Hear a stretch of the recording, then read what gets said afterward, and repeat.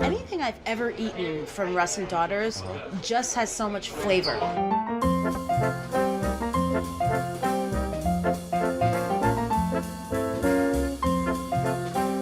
One of the things that was the most important to us was a thing called Hamishness.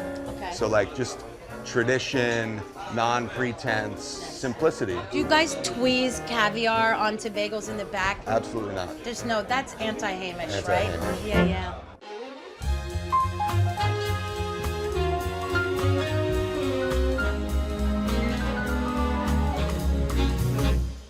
Russ and Daughters, to me, is this connection to history.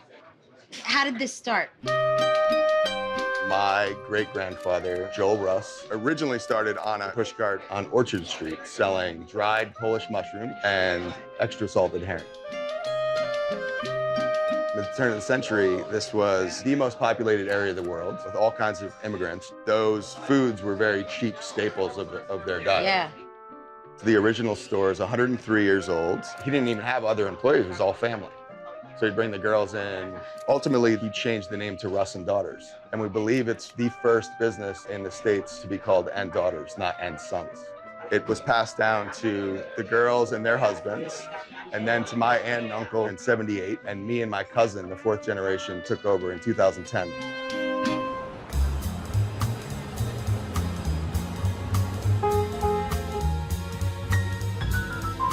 So here's just a little light snack. I mean, We have sable, which is a smoked black cod, Scottish salmon, smoked whitefish, and kippered salmon. And kippered means baked in Yiddish. not only is the taste incredible, but it's also the textures, because it's fish in these different forms. Slicing is an art that takes a long time for us to train people to do.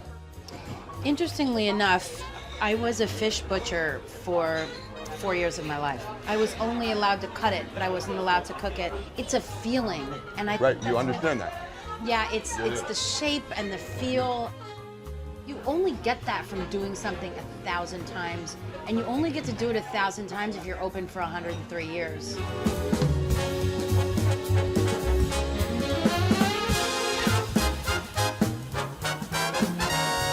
These iconic foods, particular to a culture, how have they become so universally loved?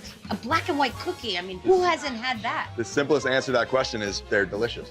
And one of the keys in our mind is we kind of stick to this simple tradition. And that in any food is what everyone really wants. You should be able to read the New York Times through it. You should be able to read. Can I read the menu? I can make out the ice cream.